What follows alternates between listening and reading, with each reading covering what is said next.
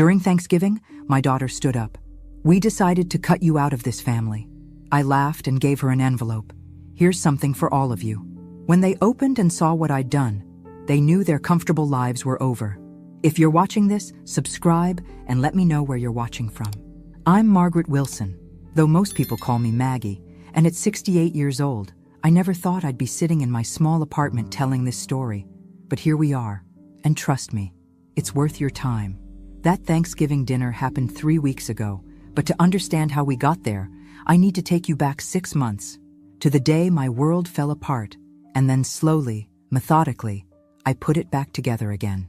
It started with Harold's funeral. My husband of 45 years had died of a sudden heart attack while tending his beloved rose garden. 1 minute, he was pruning the yellow climbers by our back fence. The next, he was gone. The roses kept blooming, but everything else stopped. Susan, my daughter, and her husband David were wonderful during the funeral arrangements. They handled the details I couldn't manage, hosted relatives at their beautiful colonial home, and made sure I ate something other than grief and regret. Michael, my son, flew in from Denver with his wife Patricia and their twin boys. For a few days, we felt like a real family again.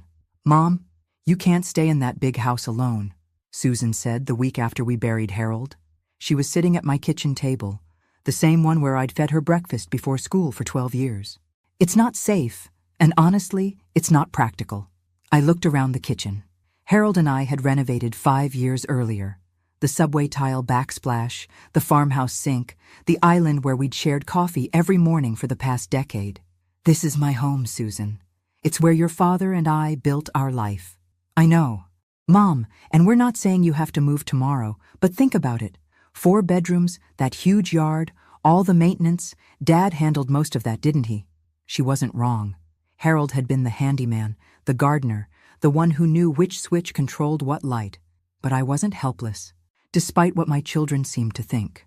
"We found a lovely senior community about 20 minutes from us," David added. "Independent living, but with support services if you need them. Pool, activities, people your own age, people my own age." As if I'd suddenly become ancient instead of simply widowed. But they wore me down, as loving adult children do, when they think they know what's best.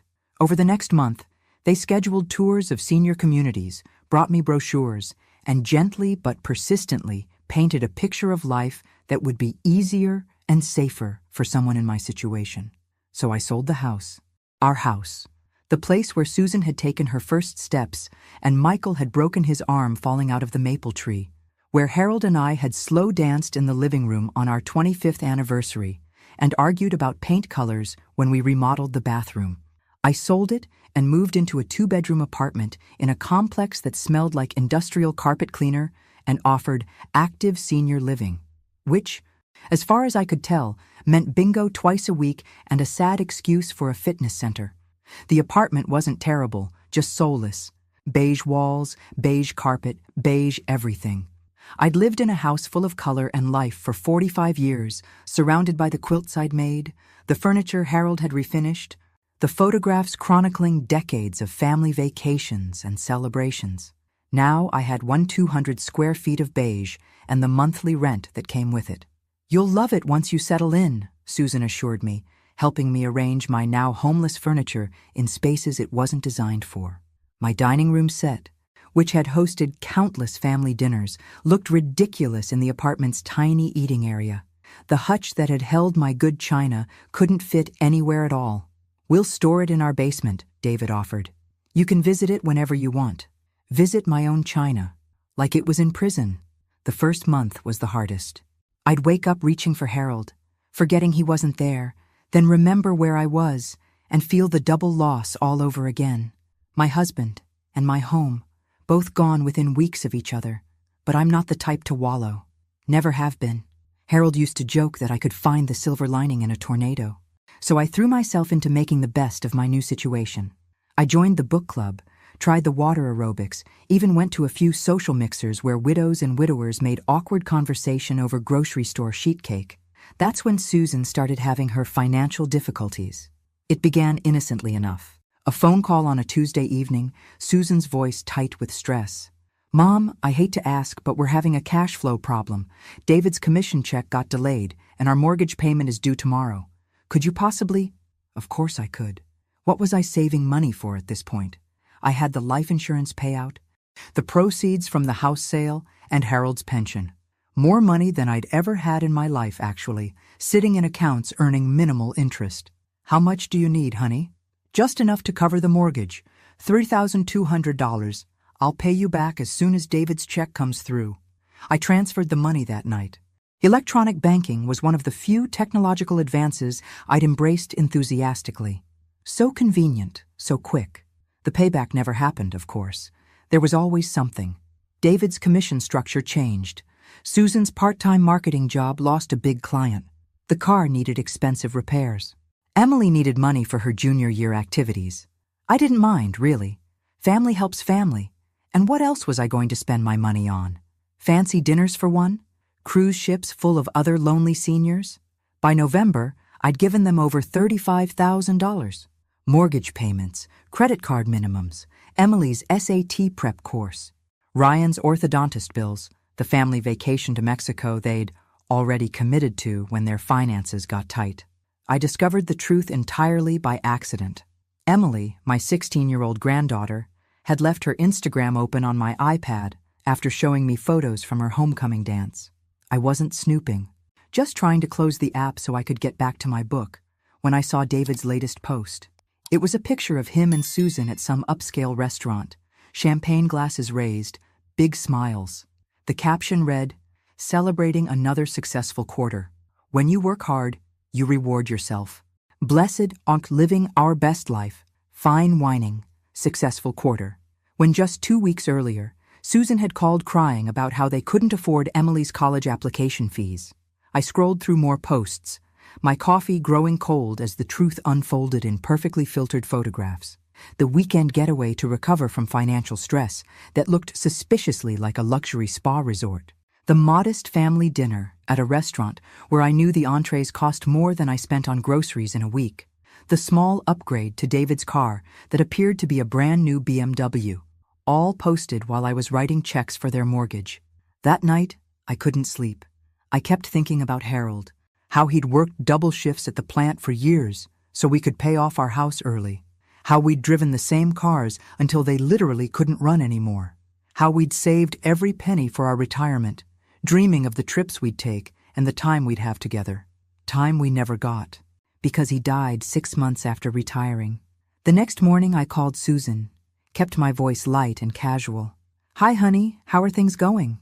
"Oh, you know, same old struggles. David's commission check is late again, and we're behind on Emily's car insurance." Interesting. According to Instagram, David had just closed the biggest deal of his quarter. "That's terrible, sweetheart. You must be so stressed." "I am, Mom. I hate always having to ask you for help, but I don't know what else to do." The lie came so easily to her. She'd had plenty of practice, apparently. "How much do you need this time? Could you manage 800? I know it's a lot, but of course, I'll transfer it this afternoon." But I didn't transfer anything. Instead, I made an appointment with James Patterson, the estate attorney who'd handled Harold's will. Smart man with a reputation for protecting seniors from exactly the kind of situation I was apparently in. His office was everything you'd expect from a successful lawyer. Leather chairs, law books, diplomas on dark wood walls.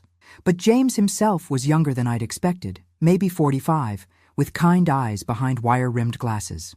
"Mrs. Wilson, thank you for coming in. How can I help you?" I told him everything. The move to the apartment, the money requests, the Instagram discovery. By the end of my story, his expression had shifted from professional interest to barely contained outrage. "Mrs. Wilson, in legal terms, what's happening to you is called elder financial abuse. Your daughter and son-in-law are exploiting your generosity and your love for them to fund their lifestyle. They're my family, Mr. Patterson. Family helps family. Family helps family in times of genuine need, not to pay for luxury vacations while lying about financial hardship. You've given them $35,000 in 4 months. That's not help. That's being taken advantage of." The words stung because they were true. I'd raised Susan to be better than this. I'd taught her about honesty, integrity, hard work, Apparently, I'd failed somewhere along the way. "What can I do about it?" I asked. James leaned back in his chair. "Several things. First, we can document everything. Bank records, text messages, social media posts. Second, we can cut off their access to your funds immediately.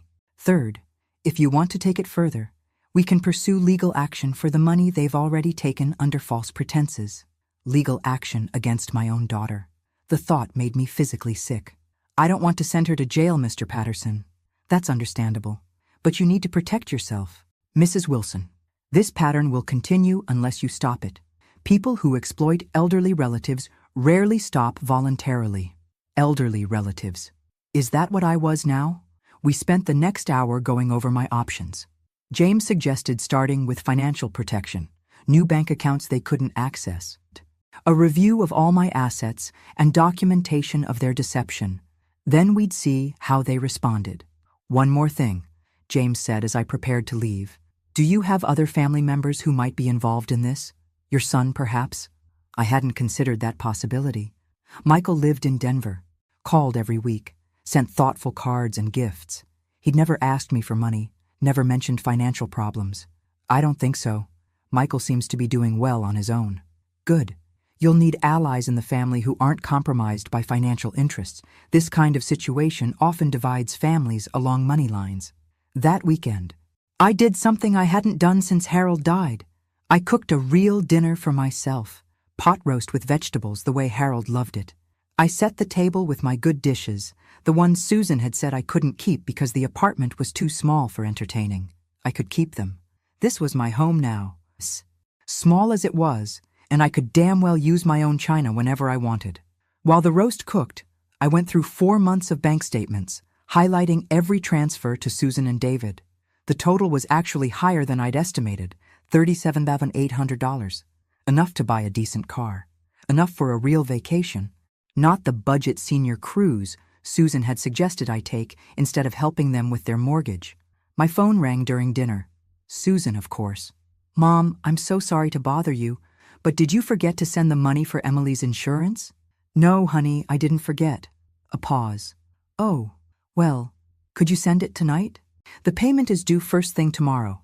"Susan, I've been thinking, maybe you and David should look into financial counseling. There are programs that can help families manage their budgets better." Another pause, longer this time. "Mom, we don't need counseling. We need temporary help until David's commission structure stabilizes." "It's been 4 months." "Sweetheart, that doesn't seem very temporary. Are you saying you won't help us?" Her voice had an edge I didn't recognize. "I'm saying I think you need to find a more sustainable solution than asking your widowed mother for money every week." The silence stretched between us like a fault line. "Fine," Susan finally said.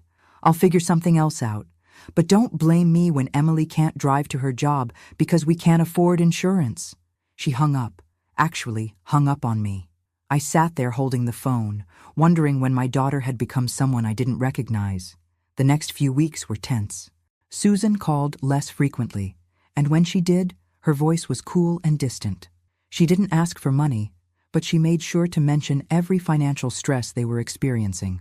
Emily's college applications, Ryan's basketball tournament fees, the furnace that might need replacing before winter. Each mention felt like a guilt trip wrapped in family conversation. Meanwhile, I was busy with James Patterson, building what he called financial firewalls. New bank accounts at a different institution, investment accounts Susan and David had never known about, a safe deposit box for important documents. "You're being very smart about this," James told me during one of our meetings. "Most people in your situation wait until the damage is much worse before taking action. How much worse could it get?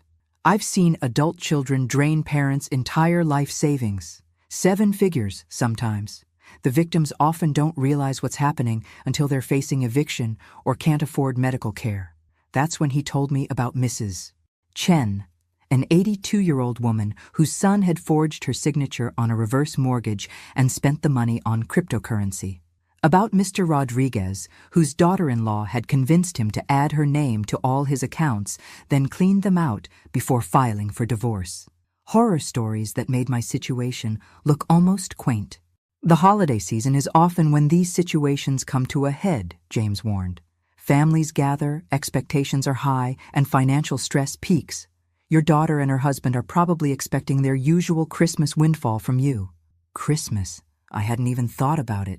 Last year, Harold and I had given Susan's family $5,000 to help make Christmas special for the kids.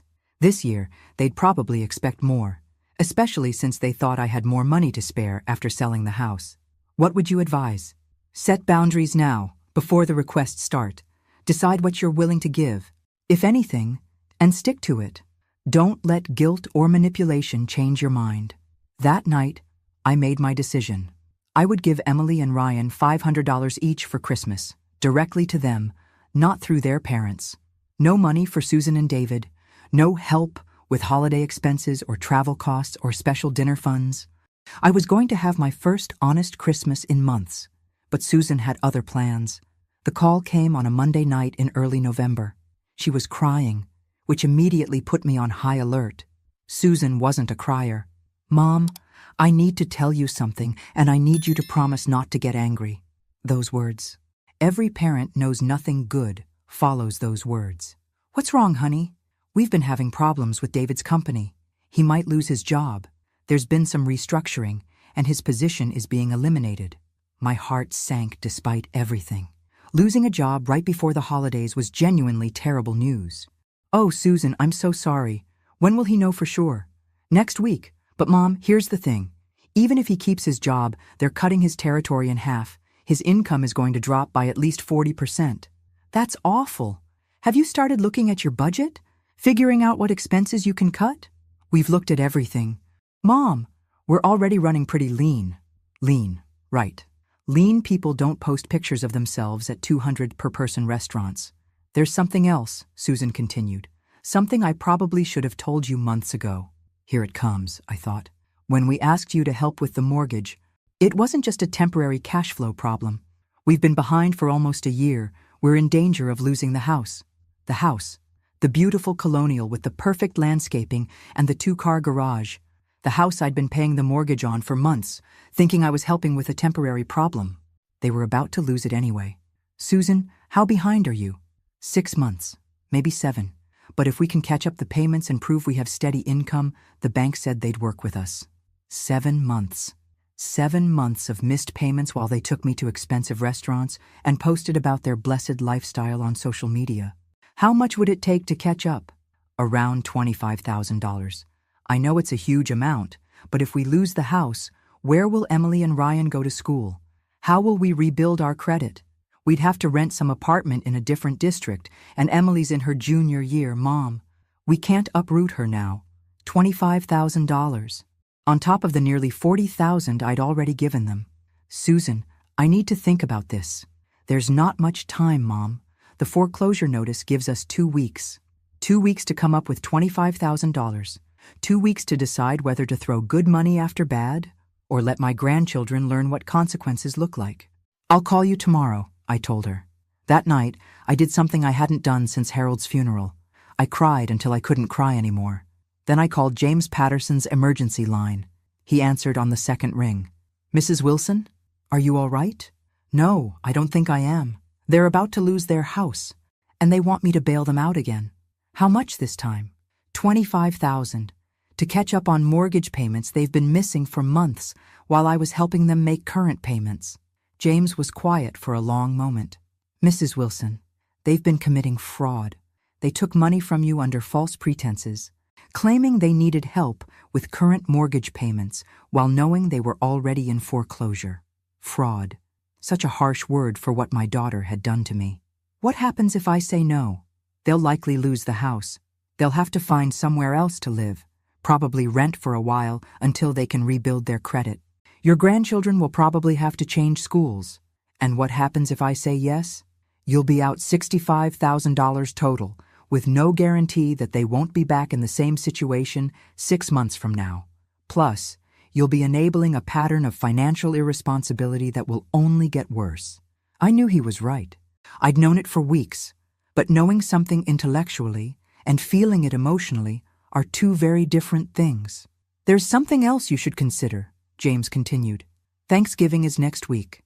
Based on what you've told me about your daughter's behavior, I suspect this conversation about the house is setting up for a much bigger confrontation. They're going to want an answer, and they're probably counting on the family holiday setting to pressure you into saying yes. Thanksgiving. The holiday Harold and I had hosted for 20 years before moving to Susan's house became the tradition. The holiday that was supposed to be about gratitude and family. What would you do, Mr. Patterson? If it were your daughter, I'd protect myself and let them face the natural consequences of their choices. But I understand that's easier said than done when it's your family. After I hung up, I sat in my beige apartment and looked at the photo on my side table. Harold and me on our 40th anniversary, both of us laughing at something long forgotten. He'd been so proud when we paid off our house early, so careful with money, so determined to build something solid for our old age. If he were here now, what would he tell me to do? I think I already knew the answer, but I also knew I wasn't quite ready to act on it yet. I had one more week to decide whether to save my daughter's family or save myself. As it turned out, the decision would be made for me. Thanksgiving Day arrived gray and cold, which seemed appropriate for what I knew would be our last family holiday together. I'd made my decision Tuesday night after discovering one final insult that pushed me over the edge. Emily had called me directly, bypassing her parents entirely. "Grandma, can I ask you something privately?" "Of course, sweetheart. Are Mom and Dad having money problems? They keep whispering and seem really stressed." Out of the mouths of babes. "Why do you ask?" "Well, Mom told me you can't afford to help with my college applications because you're on a fixed income now. But then I saw Dad's new golf clubs, and they cost like $3,000. I looked them up online. $3,000 golf clubs, bought while they told their daughter that Grandma couldn't afford her $400 college application fees. That's when I knew I was done being the family ATM. I arrived at Susan's house carrying a green casserole dish full of my famous sweet potato souffle and a manila envelope that would change everything. The envelope contained copies of every bank transfer, every Instagram post, and every lie documented in neat chronological order, along with something else that would ensure they never tried this with anyone again. "Mom!" Susan greeted me with an unusually enthusiastic hug. "You look wonderful. That color is perfect on you." The compliments were flowing early. David appeared with a glass of wine and his biggest smile. "Margaret, so good to see you. How are you settling into the apartment?" "Just fine, thank you." Emily and Ryan hugged me genuinely, and for a moment I felt terrible about what was about to happen. But then I remembered that protecting them from their parents' financial irresponsibility might be the kindest thing I could do. Dinner conversation was carefully steered away from money topics. They discussed Emily's college plans, Ryan's basketball season, David's work projects. All very normal, very pleasant, very fake. After dessert, Susan and David exchanged glances. "Showtime." "Mom," Susan began, "we wanted to talk to you about the house situation." "Of course." I folded my napkin carefully. "We know it's an enormous amount of money, but we've talked to the bank, and if we can bring the mortgage current by Monday, they'll work with us on a modified payment plan." "That's wonderful news." David leaned forward earnestly. "The thing is, Margaret, this really is our last chance. After this, there are no more options." "I understand. So, we were hoping." Susan's voice trailed off. "You were hoping I'd give you $25,000. Loan," David corrected quickly. "We'd pay you back with interest."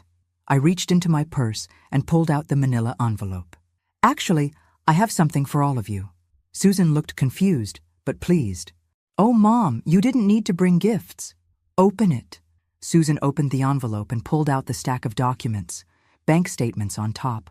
I watched her face as she realized what she was looking at. "What is this?" "Documentation of every lie you've told me for the past 4 months." The color drained from David's face.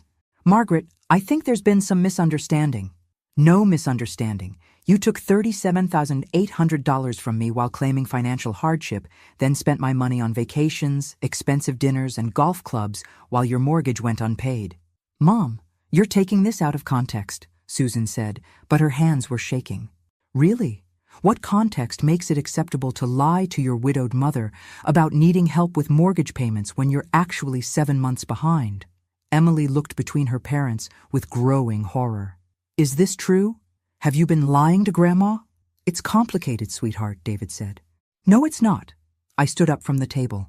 It's fraud, and it stops now. That's when Susan played her final card.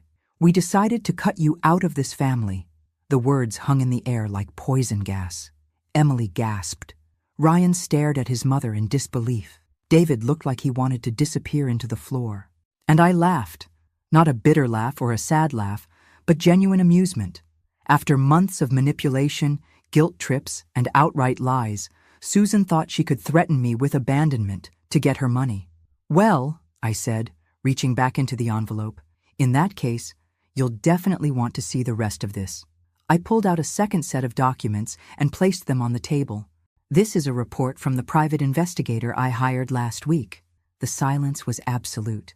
It documents every expensive purchase you've made with my money. Every restaurant meal, every vacation day, every luxury item. All cross-referenced with your social media posts and credit card statements. David's face had gone completely white. You hired an investigator? I also filed a complaint with the State Attorney General's office for elder financial abuse.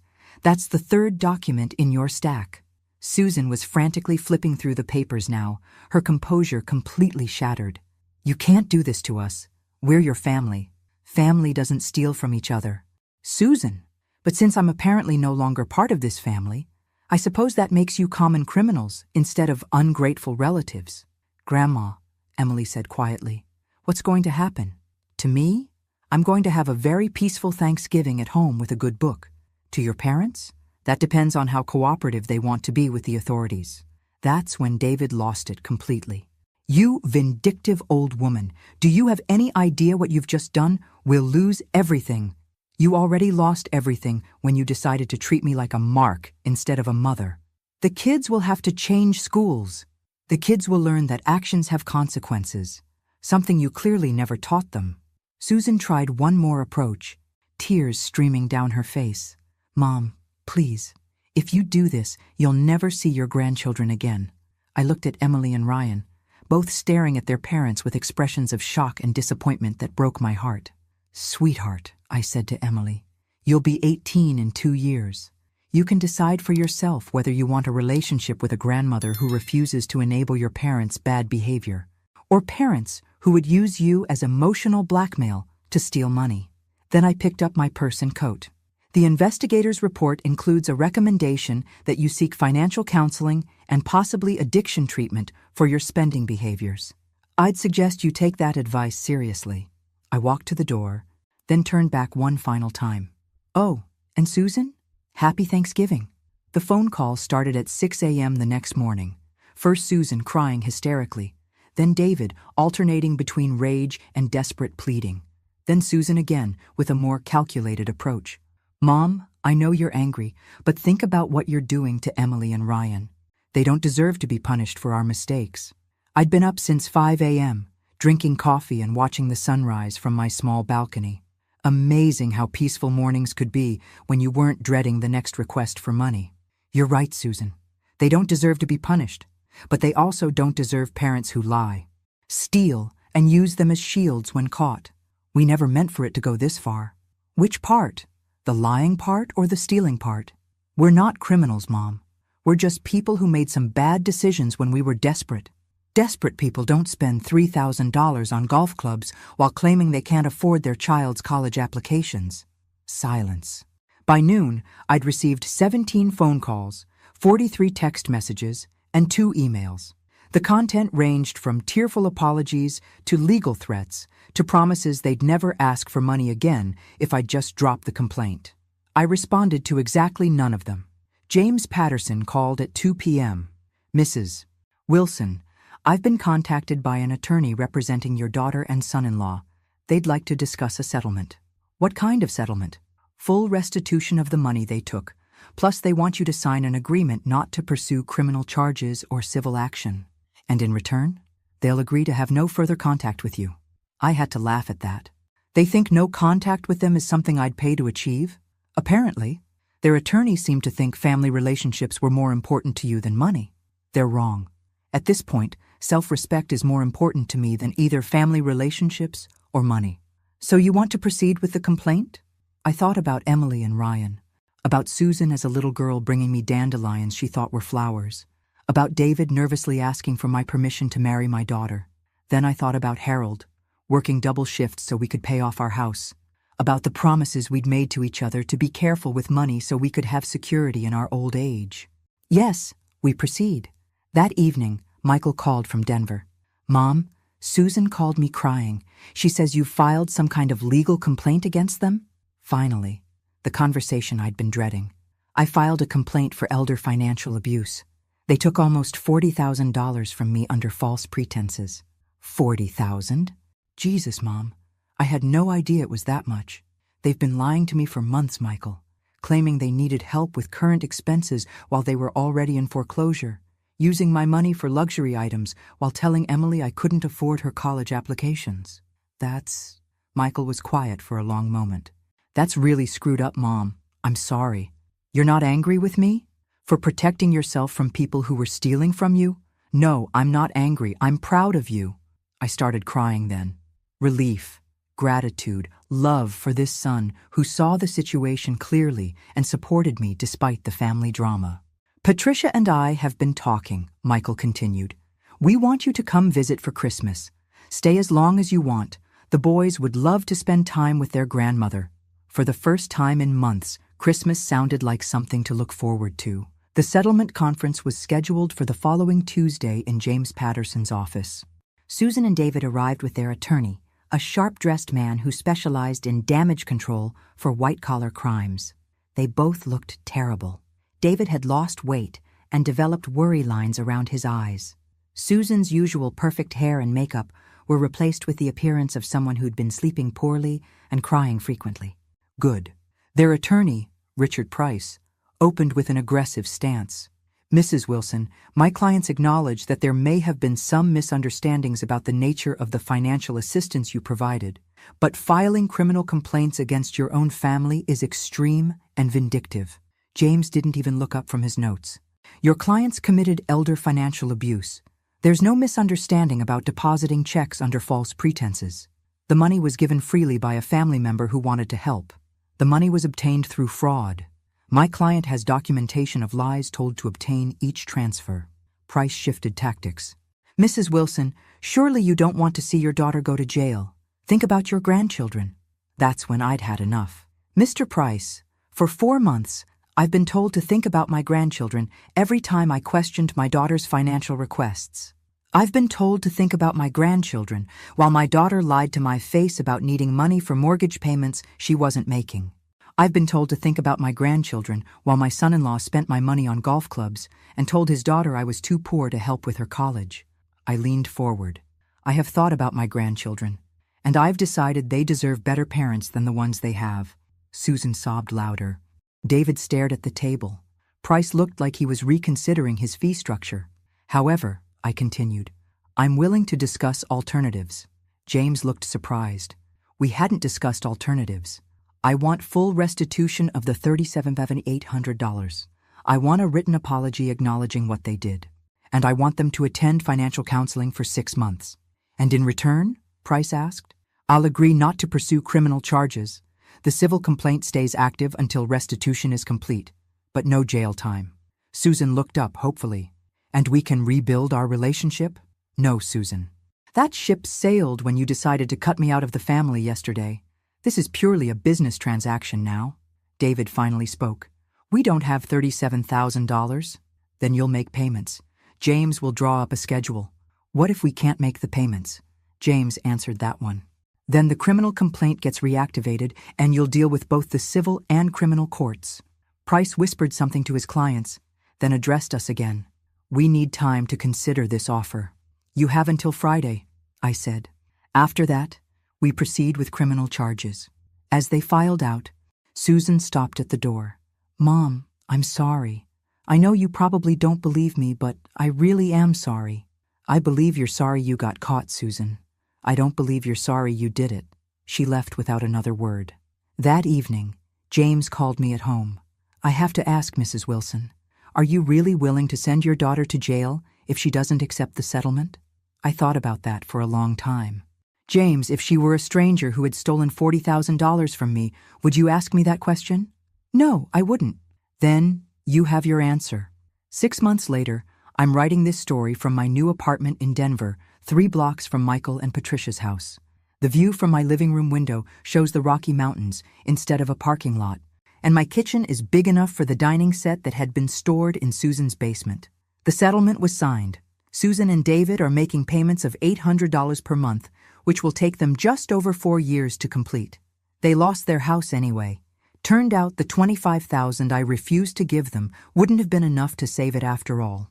Emily is finishing her junior year at a new school and working part-time to save for college. Ryan has adapted well to apartment living and a more modest lifestyle. They've made every payment on time so far. Michael's family has welcomed me with the kind of warmth I'd forgotten was possible. I have my own space but see my grandsons several times a week. I'm teaching 10-year-old Marcus to bake Harold's famous chocolate chip cookies. 8-year-old Luke has decided I give the best hugs in Colorado. I joined a book club here, started volunteering at the local literacy center, and even tried skiing for the first time at age 69. Turns out I'm terrible at it, but the hot chocolate afterward is excellent. Last month, I received an unexpected letter. Emily had written to tell me she'd been accepted to 3 colleges with partial scholarships. She thanked me for refusing to enable her parents' bad behavior and said she was learning to appreciate earning things instead of having them handed to her. She also mentioned that Susan and David were attending Gamblers Anonymous in addition to financial counseling. Apparently, David's commission delays had been caused by sports betting losses. The expensive dinners and purchases hadn't been celebrations of success, but attempts to maintain appearances while their world collapsed around them. I felt sad reading that letter, but not guilty. Sometimes the most loving thing you can do for someone is refuse to help them destroy themselves. Harold used to say that the hardest part of parenting wasn't knowing when to catch your children when they fell, but knowing when to let them hit the ground so they'd learn to be more careful next time. It took me 68 years to understand what he meant. Susan hasn't tried to contact me directly since the settlement signing, but she sends updates through Michael occasionally. They're both working now, living within their means, and slowly rebuilding their credit. Emily has started speaking to them again, though their relationship is different now. Some bridges can be repaired, others can only be replaced with something entirely new. As for me, I'm living the life Harold and I dreamed of for our retirement, traveling when I want to, spoiling my grandchildren responsibly, and making my own choices about how to spend my money and my time. I still miss Harold every day, but I no longer feel guilty about being happy without him. And I never, ever feel guilty about protecting myself from people who would take advantage of my love for them, even if those people are family, especially if those people are family. Thanks for listening. Don't forget to subscribe and feel free to share your story in the comments. Your voice matters.